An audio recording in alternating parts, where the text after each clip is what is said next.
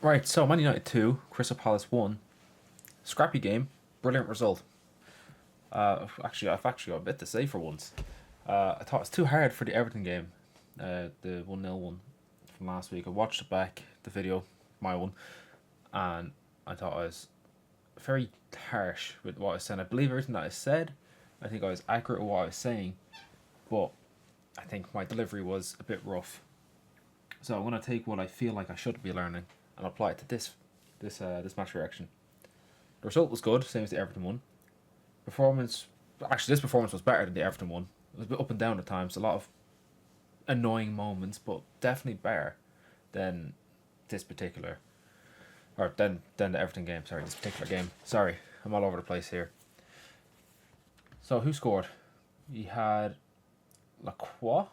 Is that the defender's name for Crystal Palace? He scored in the 4th minute, I believe.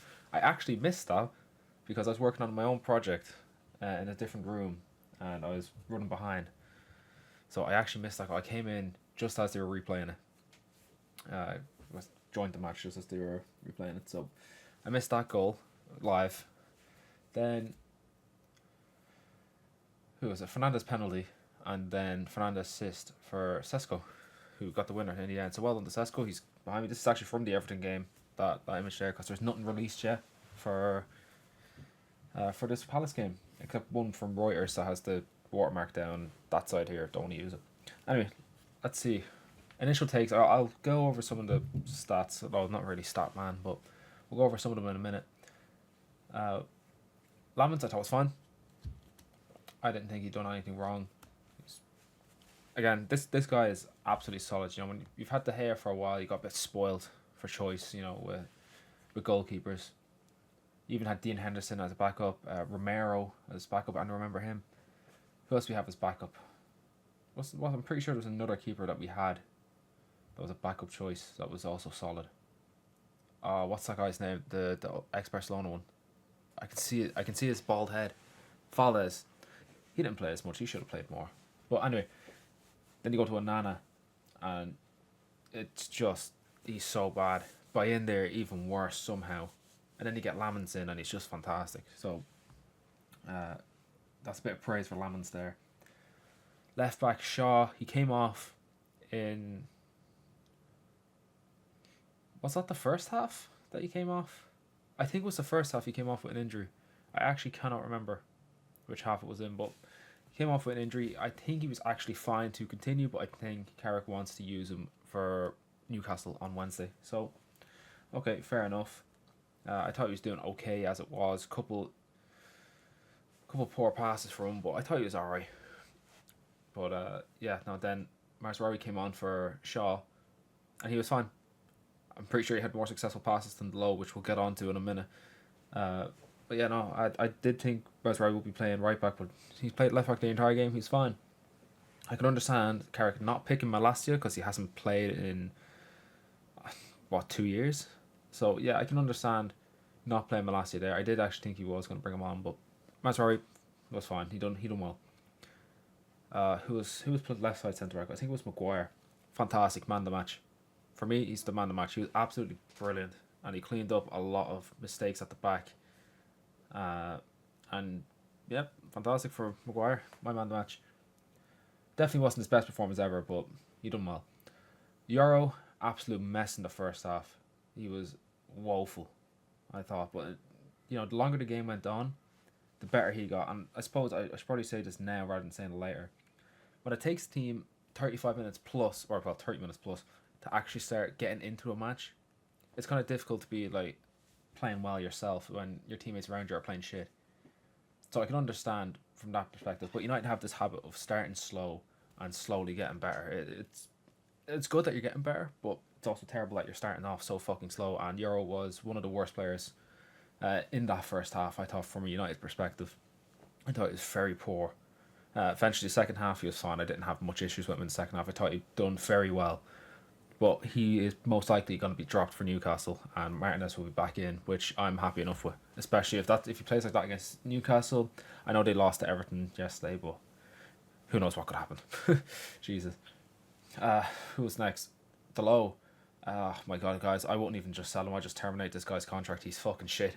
He's so bad. We all know, like, it's not like we don't know this. We know he's bad. And he had a little bit of a resurgence under Carrick, back to a below average level. And now he's going back to just being fucking shit. Like, this guy cannot pass. He has some decent tackles here and there, but he goes out of position. He can lose his man so easily. Cannot fucking pass. Makes these stupid runs. Always the wrong decisions. Can't fucking shoot. Can't assist. He can't do anything other than constantly fail. I actually thought at one point today, I was like, if I was to hop on and just play his position, I wouldn't have the stamina for it, but I'd definitely be able to make better choices, and I'd probably be able to pass better. Now, it's been a few years since I have played football. I've been more on the, the gym side, the conditioning side of, fitness, but good fucking Christ, lads, he's terrible. He was the best Crystal Palace player on the pitch, but he's definitely the worst player from a United perspective. Good fuck, this guy needs to be dropped. Played Mansbury against Newcastle.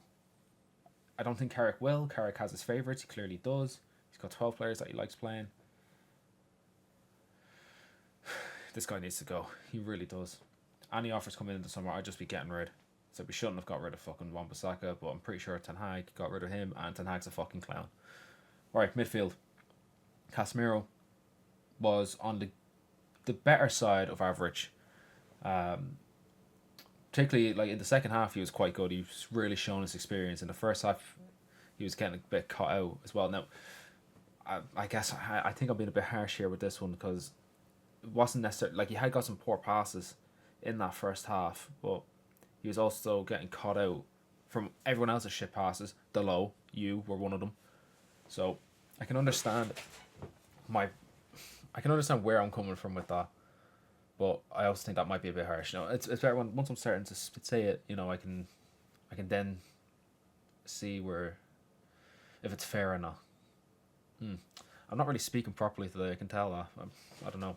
I think I'm being dazzled by my fucking light that I have on for the camera, because otherwise I'm just turned blue if the light's off, and I'm already a bit blue here. I don't know why though, since my room's pink. My room's pink. The window's right there. So, like, I don't know why I'm blue, but anyway. Who was beside him? Mainu was. I thought Mainu was alright. Again, first half was a bit poor. Second half, much better. It was a tale of two halves, really.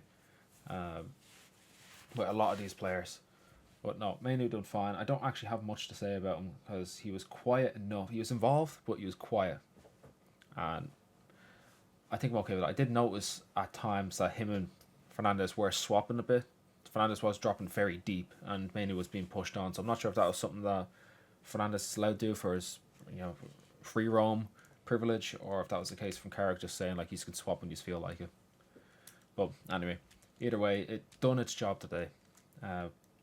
That midfield tree of Casemiro, Mainu, and Fernandes. Sorry, I was going to do it the other way, from Fernandes down. But speaking of Fernandes, we'll talk about him. He scored the penalty. He got the assist for Sesko, so that's good. Some decision making was very poor. Like, some of his crossing was bad, but some of it was actually fantastic. There was a ball to Mbeumo from a corner, I believe it was. That was actually really good. Yeah, but I'm not going to say he was stat padding. It wasn't his best game, but he definitely done a lot better than he has, because he was regressing a little in the last 3 games. So I'm glad he bounced back with a decent performance. And I'm pretty sure, so what's that? That is his 18th match. I saw this stat a few minutes ago. His 18th game where he scored and assisted in, which he overtakes Beckham, who was on 17. And then, so he's third overall, because Giggs is on 22 and Wayne Rooney's on 35. Yeah, I think I have that stat right. I don't know, I just write it. I can't even give you a source. So there you go. It could all be a load of bollocks for all I know. But no, Fernandes, I thought he was good. I'm glad he scored the penalty, and I'm glad he got the assist. Right, who's next? Mbeumo. Yeah, he was poor the last few games. Today he was average, so it's removed in a positive direction. I'm happy enough with that. Had some good moments. I think Crystal Palace were just marking him very well. Again, he wasn't really involved in the first half, but once Crystal Palace went down to 10 men in the second half, I think they just marked them very well. So he definitely done a lot better in the second half, though. He's linking up a lot better with the players around him. But yeah, no, I think he's average. Cunha, so he got the penalty, which was very soft penalty, but he won it, so well done to him. But he went on his hero dribbles a lot and lost the ball constantly. He did pass more in this game, but again, he's one of those players where when he has his moments, he's absolutely fantastic. But he also has the small club mentality where he has to do everything. Like what at Wolves, he was the biggest player at Wolves, so everything had to go through him. And I feel like he thinks that he has to do that at United, which he doesn't. What he has to do is fucking pass the ball. If you're going on a hero dribble, you better fucking score like you did against Arsenal. If you're not going on your dribbles and you're not going to pass it, or if you're going on your dribbles and you're not going to pass it, you have to score. Because otherwise you look like a complete tit. But he did do better today. Again, I'm doing a lot of criticising. So I need to remember to say that they have done better today. Today was much better. So Cunha was okay, but definitely he's one player that I'm not overly convinced. I'm really not convinced by this guy.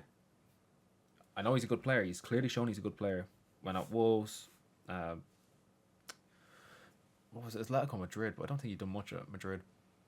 He's definitely a good player from Wolves. United, he's been okay, but I don't know. I'm not fully sold on him. Sesko scored again. I'm proving that he doesn't know how to use fucking strikers, because clearly Carrick does. He has this man scoring, whether it's on the bench or whether he's starting. Now, he did come off shortly after scoring, which I thought I would have kept him on, but maybe he's planned to play him against Newcastle. They've got some tall defenders in there that we could probably do with him playing against. But no, solid goal, solid header. He had a few chances throughout this game. Now, he actually had the fewest touches in the first half. I think he was on 7 from the first half, which was absolutely well considered. Luke Shaw had 13 and Luke Shaw went off 10 minutes before I saw that stat on the screen. But no, he got a good header for the goal. He had some other chance throughout the game, but this guy needs to get more service, because you can tell, you give him a chance, he can take it. He's well capable of scoring goals. You just need to get the ball to him a lot more. But anyway, I'm not the coach, I'm not the players. I'm sure they're well aware of this and they're working on different ways to get that to happen. Either that or else they're clowns. Alright, who came on as subs? Aiden Heaven came on as sub. Got a yellow card because the low shit fucking passing. I thought he was fine. He done what he needed to do when he came on. I also think I'm happy that he's playing, because I actually think he could be a decent player for us. I don't think he's going to be a world beater, but he could definitely be a solid third choice for us for the next few years. I'm happy enough having him there at the club. Xerxes came on. I don't like Xerxes. I can tell he's skilled. He's a technical player, but he's not. Or he's a flair player, but he's not a good footballer. But today he done very well. Great touches. He linked up very well. Unfortunate that he couldn't score. He had 2 chances, I believe. Maybe it was 3 to score. He didn't do it. But I actually thought he was much better today. That was, from my perspective, that was one of his better performances in a United shirt. This season, I know he had some decent ones last season, but no, this season is one of his better performances. I'm just trying to think of any other players that came on. You had Mazraoui. What's this guy's name? No, it was Xerxes, Heaven. I think that was it. I think they were the only subs. You don't really have a big bench at the moment either. Squad depth's an issue. The low is an issue. Going down the right side religiously is an issue. Cunha can be an issue. I feel like we were bailed out by the ref today, but I should have said this after the Everton game last week. Even if you're playing shit and you're still winning, it's a good sign. I should have said that last week. I'm saying it now. We're not playing well, but we're getting results that we need. We are 3rd in the league. I'll get the stats then I'm done, because this is going on for a long time. We had 61% possession. That's quite good. I think that's the most we've had under Carrick. 11 shots. Fantastic. At one stage, Palace were ahead of us on that, so we turned it around very well. We had a total of 20 shots. It was 11 shots on target. 20 shots total. Fucking hell. 7 corners isn't too bad. 610 passes with an 86% pass accuracy. I always find that mad because from what I was saying, like I was watching at home, and I just see the amount of passes that are just going straight to the opposition constantly.